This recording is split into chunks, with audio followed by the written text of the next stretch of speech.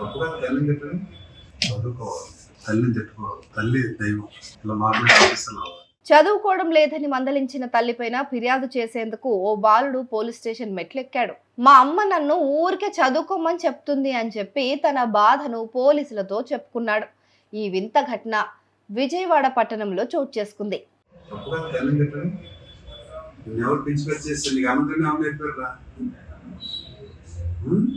ఏమో కాదు, అమ్మాయి చెప్తుంది. మనసులో ఊరికిలో 2 గిళ్ళు అవసరం చెప్తారు. ఇప్పుడు నువ్వు వెళ్ళి నువ్వు వెళ్తావు, ఎత్తి పొయ్యగలవు. నువ్వు రోడ్డు మీద వెళ్ళి మళ్ళీ ఎత్తి పొయ్యగలవు. బయట నెంబర్ 2కి వెళ్తావు రోడ్డు మీద, దాన్ని ఎత్తి పొయ్యగలవు. నువ్వు దాని దగ్గరికి వెళ్తావు, మరి తల్లి చేస్తావు. మళ్ళీ నువ్వు బట్టలు వెళ్ళినా ఏం చేస్తావు? తల్లి తిట్టొచ్చు. అలాగే స్కూల్కి ఎందుకు వెళ్ళట్లేదు? వదిలే. విజయవాడ సత్యనారాయణపురం గులాబీ తోట ప్రాంతానికి చెందిన ఓ మహిళకు 2 కొడుకులున్నారు. భర్తతో విభేదాల కారణంగా ఒంటరిగా ఉంటూ పెద్ద కుమారుడిని ఒక దుకాణంలో పనికి పంపుతూ ఉండగా, అలాగే ఆమె కూడా మరొక దుకాణంలో పనిచేస్తూ వచ్చిన డబ్బులతో జీవనం సాగిస్తున్నారు. చిన్న కొడుకుని చదివిస్తున్నారు. ఈ బాలుడు ప్రస్తుతం 6వ తరగతి చదువుతున్నాడు. పిల్లాడు బాగా చదువుకోవాలని చిన్న కొడుకు ఫోన్ కూడా కొనిచ్చింది. అయితే పిల్లాడు సరిగ్గా చదవడం లేదు. పైగా స్కూలుకు వెళ్ళనని మారం చేస్తున్నాడు.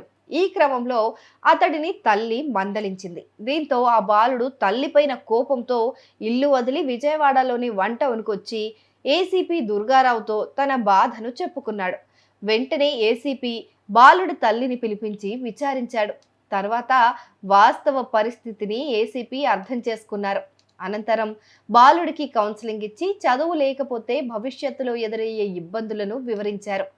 తల్లి కష్టపడుతూ కుటుంబ భారం మోస్తున్న సమయంలో కొడుకులు అండగా నిలవాలని వివరించటంతో ఆ పిల్లాడు మనసు మార్చుకొని తల్లితో పాటు తిరిగింటికెళ్ళాడు.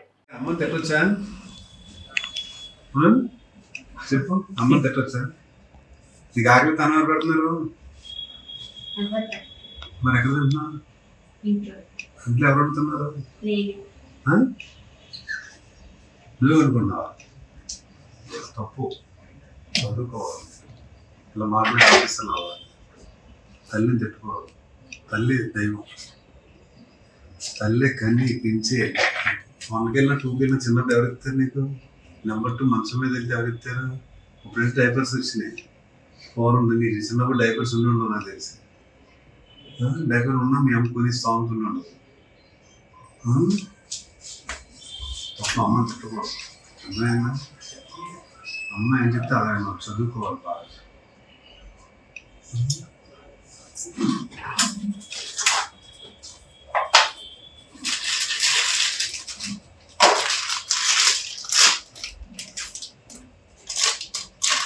సార్